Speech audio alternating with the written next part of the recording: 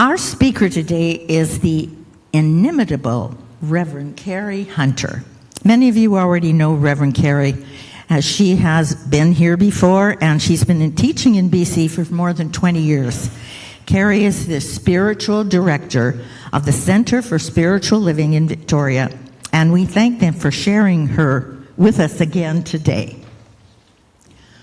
Fun fact, Reverend Carrie is the founder of the Banff World Media Festival, which is annually attended by many of Hollywood's top film and TV directors, screenwriters, and producers, as well as executives from PBS, BBC, CBC, ABC, Sony Pictures, HBO, and many others. Today, Carrie aims to increase our level of connection to our inner wellspring and offer pointers on priming the pump that keeps us in the flow. Please join me in welcoming Reverend Carrie Hunter.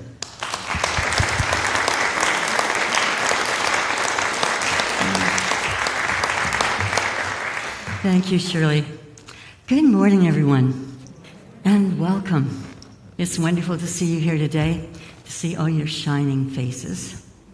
I'm wondering, how many of you remember the story about the little girl who, I think she was 5 years old, she was in kindergarten, and she was furiously drawing one day, and all kinds of colors scribbling all over the page. And her teacher asked her what it was she was drawing. And she said she was drawing God. And the teacher said, well, nobody knows what God looks like. And without missing a beat, the little girl said, well, they will when I'm finished with this. And I really love that. Because as I was just thinking about it again this morning as I was driving in, and I was thinking about a big crystal, and when sunshine hits it out, how there are so many colors, and this little girl and her interpretation of God, it was like seeing this wonderful light that was reflecting all of these colors, just as each of you is doing right now. There's this wonderful light in the room. And I just bless each of you this morning, and bless everyone in the invisible who's in these seats that have their names on them. And there's this point of light in every seat that is attracting people from everywhere to be here and to be feeling the love and the welcome and the joy that is in this place, and the wonderful music. So it's just a real joy for me to be here. I always love to be here to talk to you and to meet with you afterwards. So thank you for blessing my life by having me here today. And I would like to invite you to stand and sing our version of the Aramaic prayer, Aramaic version of the Lord's Prayer.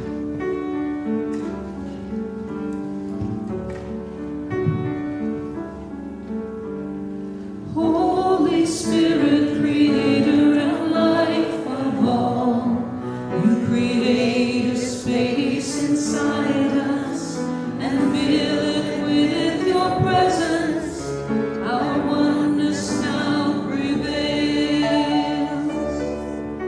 Your one desire flows through us as energy fills all forms. You give us this day our physical and spiritual nourishment. You untangle the knots of error that bind us as we also release others.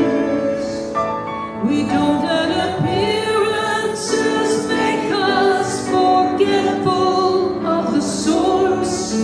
We're born free to act from our highest nature. From your presence comes the glorious harmony of life. Now these words are fertile ground from which our future grows. Amen.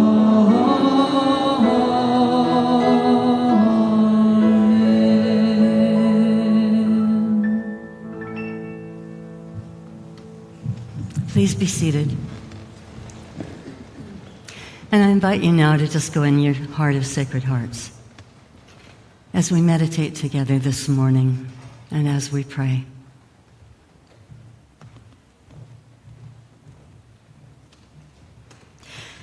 Today my heart breaks. It breaks for the innocent people of Israel and the innocent people of Palestine who are being slaughtered because of hatred and division. It is a battle of good against evil, and I grieve. I grieve not only that there is yet another war in the Holy Land, but because of all wars everywhere, today and throughout history. And so I pray a prayer that was written by Ileana van Sant. Precious Lord of the universe, with clear intention and a surrendered heart, I turn to you. I turn to you seeking and invoking peace. I ask for and open myself to receive an infusion of your love and peace at the molecular levels of my being. I ask for and call forward the presence of peace in every square inch of planet Earth. May peace have dominion and reign in the hearts and minds of all humanity. May peace unfold and infill every system, structure, and community that serves the well-being of humanity. And should there be a mind or heart anywhere on the planet that resists this, I ask you to infill and imbue that. Imbue that being with your light, the light of truth, the power of love, the presence of your peace. I stand with humble gratitude and appreciation for the full manifestation of this request. I ask, I allow, God becomes. And in this sacred time together, we release pain and suffering, and we focus on all that is good and true and beautiful. And today we come together here as one, setting aside our differences and embracing the universal values of love and gratitude. And we recognize here today at Unity that love is the essence of our existence, and gratitude is the key that unlocks its transformative power. Beloved, our hearts are filled with gratitude and love. We acknowledge the immense power of love that flows through every living being, connecting us all in a tapestry of compassion and understanding. We're so grateful for the love that we receive from others and for the ability to share our love with the world.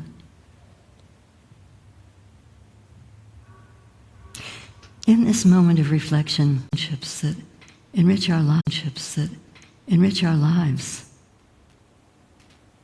for the love of family and friends who support us through both joyous and challenging times.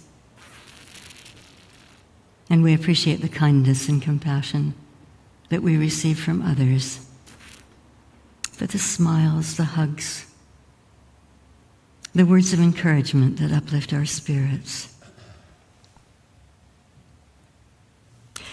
We extend our gratitude to the teachers and the mentors who have guided us on our journey, imparting wisdom and knowledge that have shaped our minds and hearts.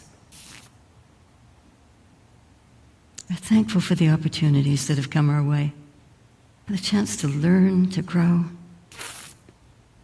to contribute to the world around us. And we also acknowledge the importance of self-love and self-compassion. We recognize that by nurturing our own well-being, we are better able to extend love and kindness to others. We're grateful for strength and resilience within us, for the ability to overcome challenges and to emerge stronger than ever before. We commit to being a source of light and positivity, spreading love and gratitude wherever we go. In times of darkness and uncertainty, we seek solace in the power of love. We pray for healing. We pray for unity. We pray for the strength to overcome division and embrace the common thread that binds us all. We commit to love guiding our actions and gratitude being the foundation upon which we build a more harmonious and compassionate world. We're humbled by the knowledge that God is the essence of our beingness and commit to living each day with an open heart and a spirit of gratitude. Let love be our guiding light, gratitude our constant companion. We carry the spirit of this prayer with us, embracing love and gratitude as guiding principles in our lives. And may this day be the beginning of a deeper love for all beings. May this day be the beginning of healing for all creatures. May this day be the foundation of service to your world. May that in this moment we rejoice for all your gifts. And in this holy moment of now, let us see our love spreading out over the earth, awakening every heart, and especially in the hearts that have never known love. We find the place within ourselves where we are centered in the peace that passeth all understanding. We seek that kingdom in the quietness of our own hearts, in the solitude of our own minds, the stillness of our own spirit, and in the love we have for one another as we embrace each other, as we look long and earnestly into each other's eyes and see there the fire kindled in heaven. We listen to the heartbeats of each other and all humanity until we hear the great rhythm of the universe resounding in us. May the grace of God be showered upon everyone and everything. And may each of us be blessed with this love, this forgiveness, this grace in our lives. Beloved, we are that which thou art, and thou art that which we are, now and forevermore. And so it is.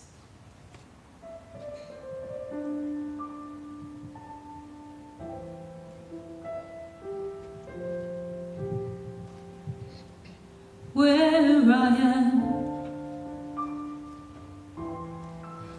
God is. Where I stand, God is standing strong. Where I breathe, God is breathing life in and out and through me. Ask me where I sing. God is the comfort there where I seek. God is the answer here and now, forever and ever and ever.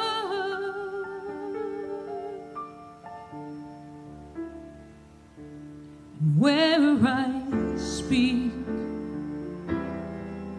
truth is. Where I work, love is my career.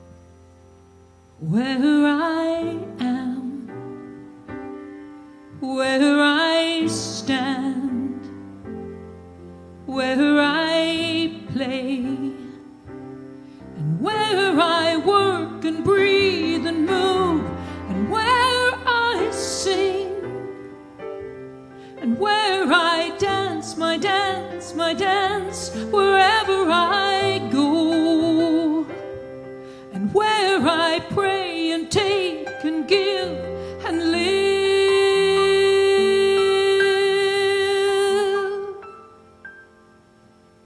God is, God is, God is.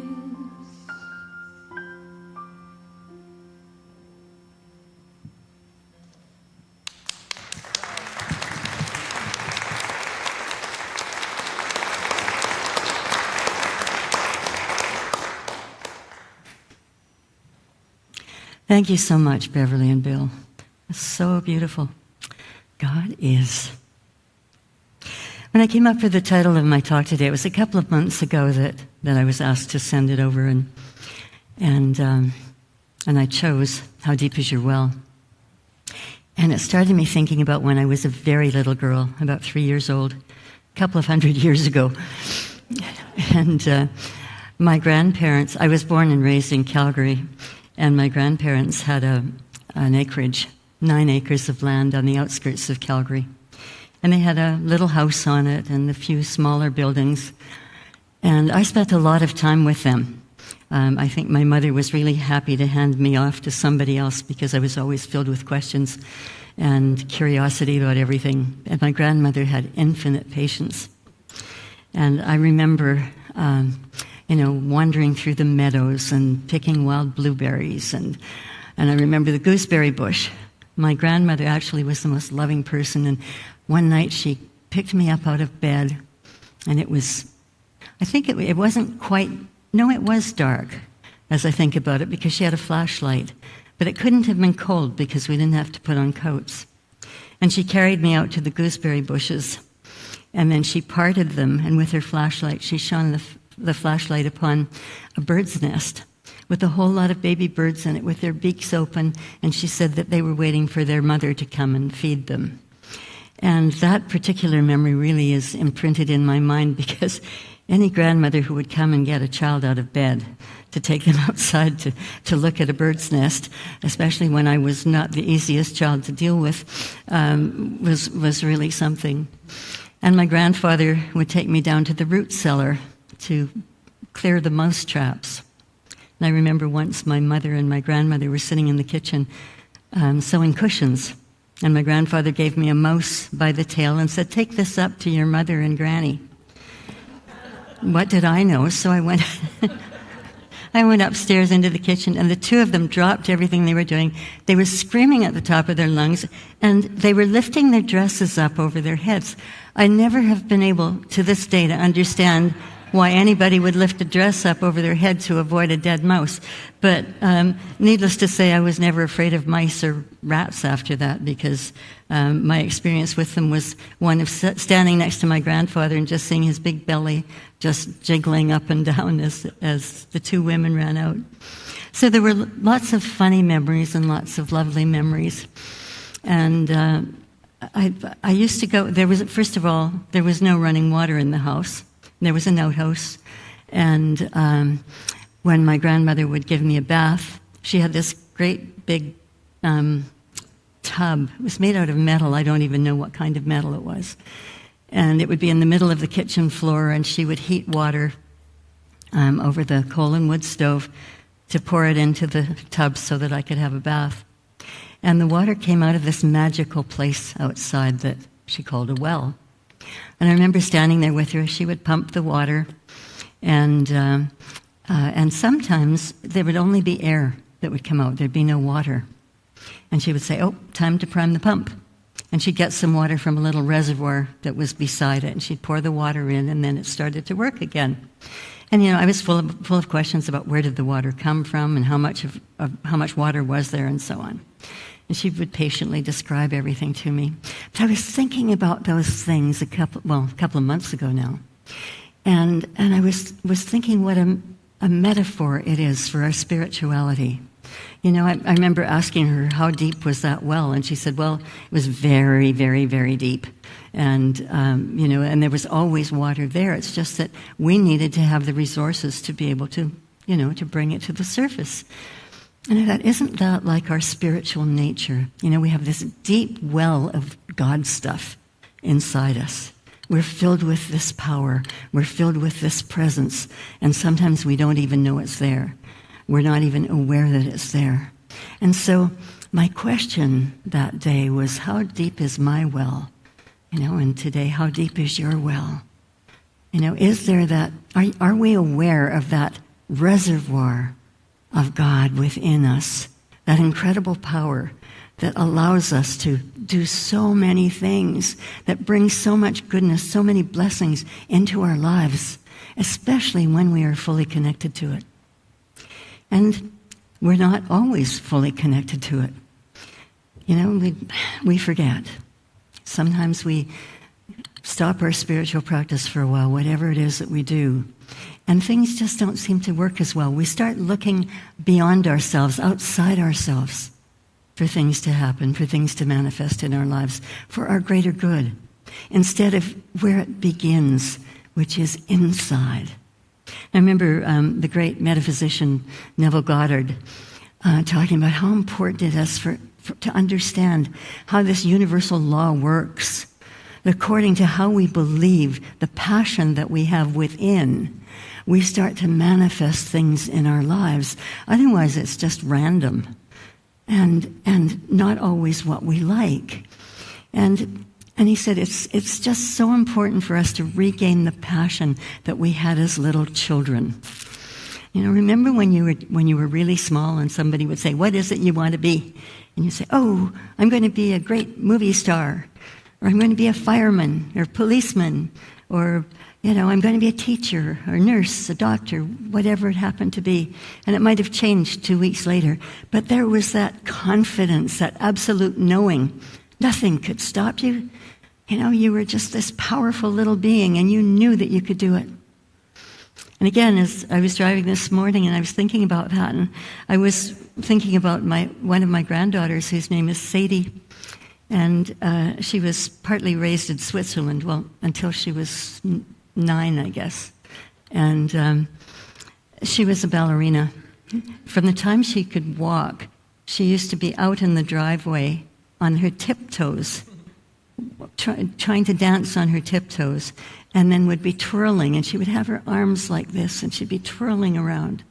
And she just was born to dance, and so she started dance lessons when she was very, very young. And when she was 7, she auditioned for the Zurich Ballet, and she was accepted. And then with the children who were accepted, a doctor was brought in to examine them, and they told her that she had bad feet and bad hips. And I said, well, that didn't stop Dame Margot Fontaine. She had bad feet and bad hips, and she did pretty well for herself. But anyway, Sadie was told that she could not be a professional ballerina. And in Switzerland, those things are really, really important. Everything has to be absolutely perfect. So I was chatting with her a couple of days later. I was visiting, and I said, so Sadie, you know, if you can't be a professional ballerina, what is it you'll do? And she said, oh, I'll be an astronaut. And I looked and I thought, that's the wonder of little children. You know, if somebody says, okay, well, you know, you're not going to be a teacher anymore, or, you know, whatever it is that you happen to do at the moment, what are you going to do now? I don't think an astronaut would come to mind. And you know, and the big, bold ideas are not the kinds of things that come to mind. And yet that bigness, that boldness lives within each and every one of us. And it was there when we were born. And depending upon the degree of encouragement we had as children, it continued to grow. At least until we got to school, or until people started telling us that, well, we couldn't possibly do that because we weren't smart enough, or we weren't talented enough, or we just plain weren't enough. And somehow not being enough can become something that we carry with us if we're told those things. And it's so unnecessary to carry those things with us. And then there are others who just, you know, become know-it-alls, for want of a better expression. I think those are the four most dangerous words in the English language. Not know it all, but I already know, or I know that already. And I was remembering this because a number of years ago, when I had my church in Vancouver, several people in the congregation wanted me to do a series of talks from Eckhart Tolle's book, The New Earth. And I had a copy of it at home, and I had started to read it, and I thought, I know this stuff already. Spiritual arrogance playing out in a major way. But they kept asking me, and I thought, I didn't say to anybody, I know this stuff already. But I decided I'd better start teaching from it because people wanted it. So that meant I had to read the book. And of course, after getting into a few chapters, I was mesmerized. And I realized what I knew was on the head of a pin. That there are these great masters who are writing wonderful books, and so much that we can learn from them. And so it's so important that we not get full of ourselves and think that, we already know everything. There's always so much more to learn. Michael Beckwith, when he was a student, he one day said to one of his teachers, I already know that.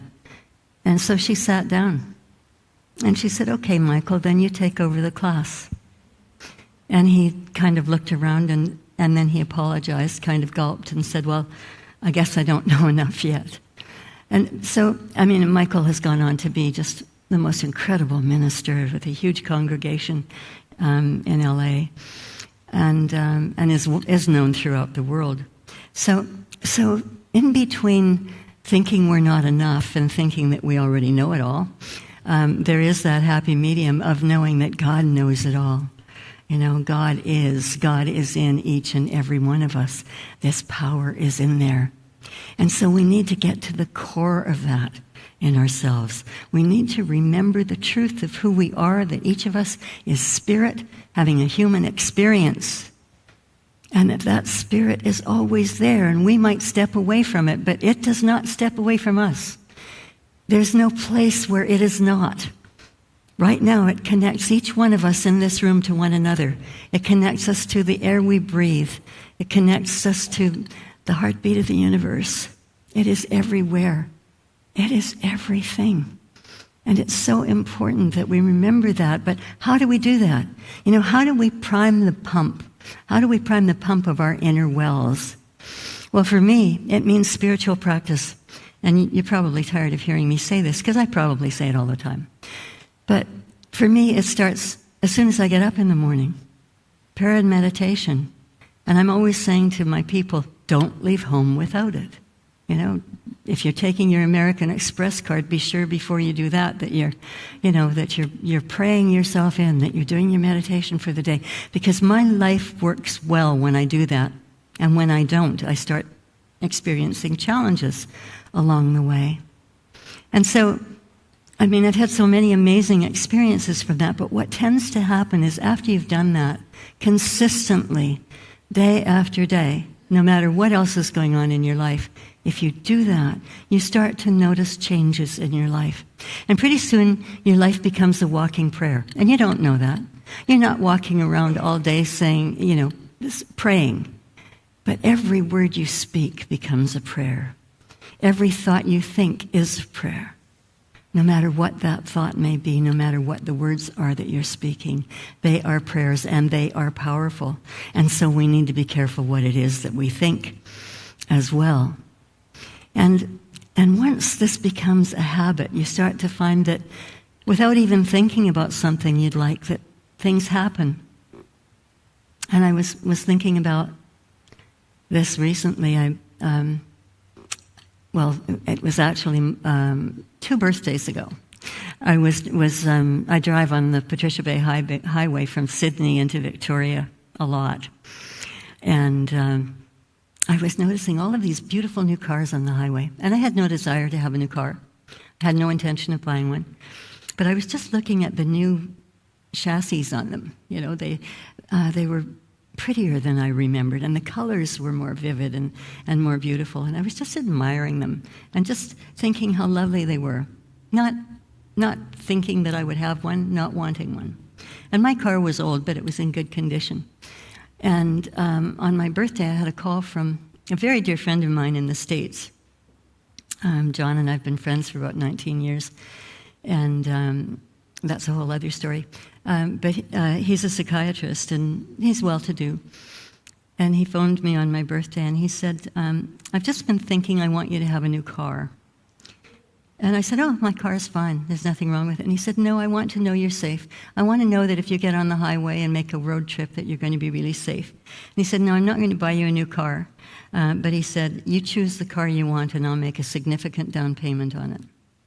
Well, I was just stunned. And he said, no, get off the phone, go and look at cars. And then I was telling a friend of mine who called me right after that, and she said, oh, you have to go to the person we go to. He's a broker. And if you buy a car from him, you pay the cost price plus $750. Well, how good is that? So I looked around just to see what it was that I did finally want, looked to see what the car of the year was. And then I talked to the broker who brought that car in, and we went for a test drive. Turned out he was a pretty spiritual fellow. So we drove a long way. We were driving up island, and then we parked and talked about spiritual things for probably an hour, and then went back to the lot where I signed the papers and bought the car.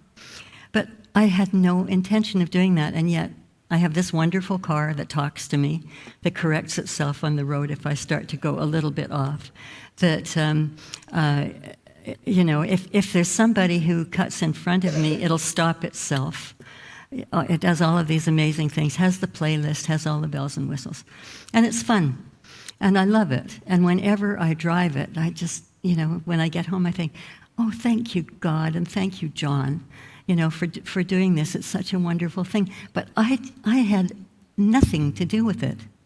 And something totally different that I'll share with you about this being in prayer and meditation every day, and probably most of you are. But most of my family lives in Banff, and I have a wonderful grandson who lives there, and he had a girlfriend. I'll call her Susan, because that's not her name. And she stayed away from me. She didn't talk to me. She didn't use my name. If there was a family dinner, and everybody was invited, if she was out of town, my grandson would come, but if she was in town, he wouldn't come. And I thought, there's something very strange about this young woman. And I thought, she sure doesn't like me. She doesn't even acknowledge that I exist. I have to say, I wasn't too fond of her either, which wasn't very spiritual of me or very ministerial of me. And in October, a couple of years ago, when I was doing my morning prayers, and I always include my family and prayers for each one of them individually and friends and so on, and for my center in Victoria and for Unity. You're always included as well. Anyway, I realized that I was not praying for Susan. I was praying for everybody else in the family, but she wasn't part of it. I thought, gosh, that's weird. So I just did a simple prayer. Was God bless Susan, keep her safe, protect her, let her know happiness and good health and prosperity in her life now and always. That was it. Simple prayer. Never thought more about it, just did that every day. And at Christmas, I went to Banff, and she and my grandson were already in the kitchen, and I walked through the door. This is somebody who never even made eye contact with me before. She came running up and threw her arms around me and said, oh, Carrie, it's so good to see you. I've missed you so much. Well, I about fainted. And I thought, what's going on? And then I realized the only difference is that every day I prayed for her. And so when we are holding others in our prayer, if we need to forgive somebody, best thing to do, it's not, oh, help me to forgive the person. It's blessing the person. It's thanking them for whatever it is that we need to learn from them, if there's something we need to learn, or whatever they need to learn from us or from God. And so that's the way we do it. And it means, when we also go into the stillness and we're just in that quiet place, there are messages that come through.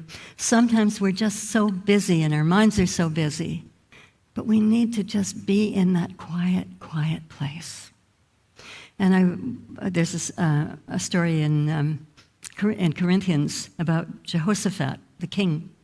And his people came to him and said that they were about to be attacked, that there were military forces that were coming together all around the city, all around his kingdom, and that they wanted to get their forces together and to go out and meet them. And he said no. And he went inside and prayed. And he sat in the silence overnight. And the next morning, the forces were approaching the kingdom. And again, his military said, we want to go out. I'm paraphrasing, of course. The Bible doesn't sound like me. But we want to go out and we want to fight them. We don't want to let them into the kingdom. And he said, no. He said, just follow me. And he sang. He went about singing. And there was no attack. There was no war. Everybody was at peace because he was at peace. And again, I look at stories in the Bible as metaphorical. And it's a wonderful metaphor for when we are at peace with ourselves, then everything around us is at peace as well. Everything, that we can't be in chaos. We can't have horrible things happening all the time. We can't be challenged all the time. When we come out of the silence and into the music, into the singing, just the peace that you have when you listen to Beverly sing and Bill play, it does something to your heart. And so it's important for us to remember that there is peace in the silence. There's love in the silence. There's music in the silence. There's God in the silence. And when we are aware of this, it makes such a difference. It's estimated we have 60,000 thoughts a day. I don't know who the thought police are. I don't know who counts them. But apparently 60,000 thoughts a day, and most of them are repetitious. And we will have most of the same thoughts again the next day, and the next, and the next, forevermore. Unless we make a decision to change those thoughts. The ones that are negative, the ones that are poor me, I'm the victim, the ones that say I'm not good enough, I can't do this. Turning each of us into an I can do it person. Back into the power that we felt as little children. Back into that magnificence of who we were born to be. So that nothing can stop us from whatever it is that we want to do. Yes, we live in troubling times, but I think I've been saying that most of my life. And then I keep saying, well, it's getting worse. But we don't have to get worse. It's our purpose here is to always be better, is to always be holding the entire earth in prayer. So I said to a few people this morning, we are flying under the radar. We are a powerful movement. We know the power of the human mind connected to God and what that can do. And one of these days before long, we're going to hit a critical mass. And when we do, then hatred and evil can be no more. There are spiritual teachers who say that evil doesn't exist, that everything is of God. In fact, every power, all the power is of God. But Ernest Holmes, the founder of religious science, said, evil is the misuse of power. He said, of course, evil exists. We would be foolish to say it didn't, but it's the misuse of power, and it's up to each of us to be using it in a positive way, to be seeing love expanding everywhere on this earth. Imagine in your meditation, being outside the earth and looking back and seeing a three-dimensional heart totally embracing the earth. And that it is just pulsating with the beat of the universe, and that love is going into every single heart of every person on the planet. A lot of people won't even know what that is because they've never felt love. They've never been loved, but all of a sudden, somebody does something kind for them, and then they do something kind for somebody else. Step by step, these things change. How deep is your well? How deep do you want it to be? How much are you prepared to prime it every day? I'm asking myself the same question. I know the answer for me. You know the answers for yourselves. I bless you with all the goodness on this earth and all the love. And so it is.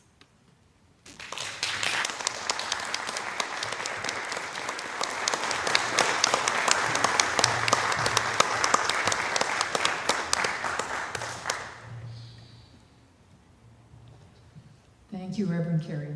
It was beautiful, beautiful.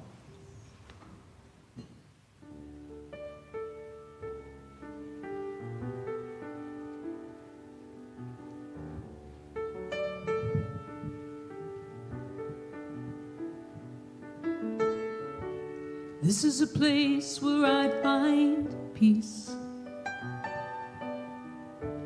This is a place where I find peace.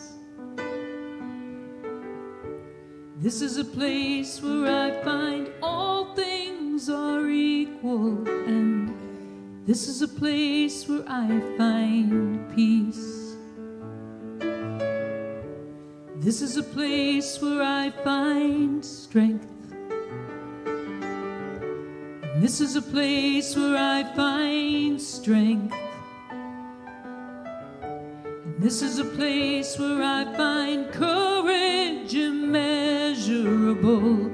This is a place where I find strength, where the salt meets the sand and the drifting tide lands, where it's soft in the strength of God's hand, where the time passes slow and the road. This is a place where I find you. And this is a place where I find you. This is a place where I find hope meets fulfillment, and this is a place where I find you, where the salt meets the sand and the drifting tides land, where it's soft in the strength of your hand, where the time passes slow and the rosellas know it's warm in the glow of the land, where this wide open space brings so much to this place, where the breath in me reaches right in. With my feet on this earth, it's my place, it's my birth, and it brings me back home once again. This is where I find peace. This is where I find peace. This is where I find peace.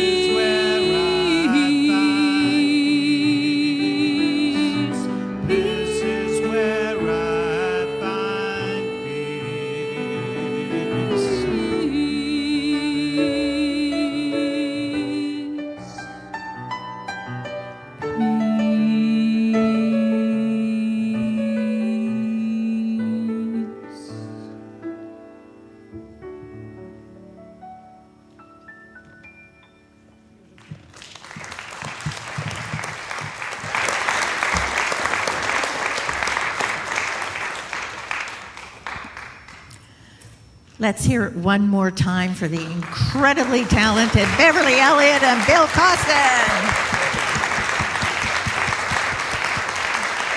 And again, thank you, Carrie, for such an inspiring talk. It was wonderful. Thank you.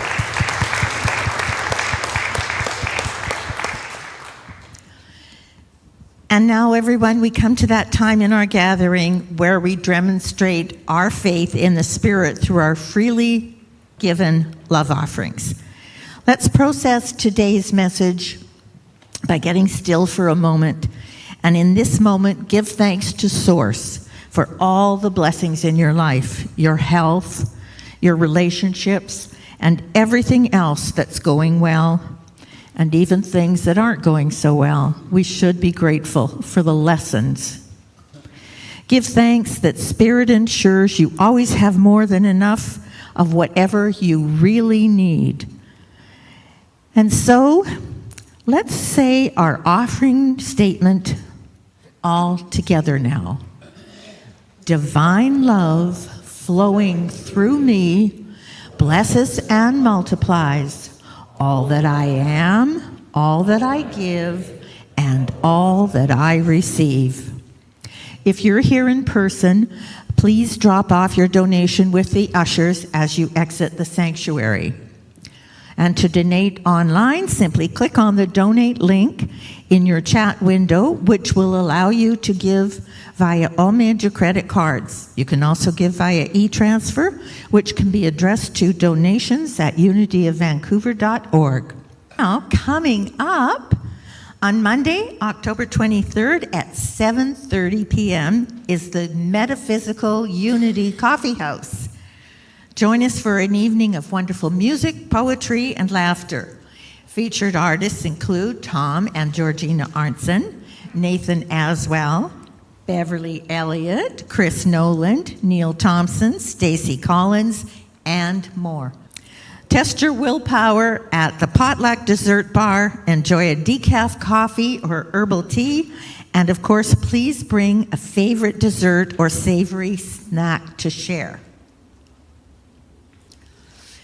And on Friday, October 27th at 7:30 p.m., get ready for a heartwarming evening of music and kindness as we present the Mr. Rogers Suite with the Impressions Big Band and guest vocalist Jennifer Scott. Once again, it's Friday, October 27th, so mark your calendars. And by the way, this is a perfect type of event to bring friends to, so please invite your friends. And on Thursday, November 2nd at 7:30, get ready to twist and shout because it's going to be a Beatles night at Unity. This beloved event is led by Tom Arntzen and Nathan Aswell and their amazing tribute band, Ticket to Ride. And if you've experienced it before, no selling is needed. And if you haven't, you're in for a treat. It's an incredible event. You don't want to miss it. Trust me. Our 12 Powers class with Reverend Sandra Campbell resumes this Tuesday, October 17th. This class helps you awaken to the many, many powers that await manifestation as you awaken to and claim your divine heritage. The class is offered via Zoom and again is next Tuesday, October 17th at 6:30 p.m. to 8 p.m. Our next Ceremony Circles program celebrates our ancestors. October 31st is Halloween. November 1st is the Day of the Dead. Both are ancient observances of the ancestors. Join Fern and Ruth in a ceremony to honor your ancestors on Monday, October 30th at 7 p.m. in the lower level. Please pre-register before the start of the circles on our website, unityofvancouver.org, and the fee for the program is $20. And, of course, our Course in Miracles study groups meet on Tuesdays from 12:30 to 2:30 in person right here at Unity. And we now have an online meeting every Thursday evening from 7 to 9 on Zoom. Check the meeting out. And finally, next Sunday, join us and Reverend Terry Shea as he teaches about our spiritual evolution.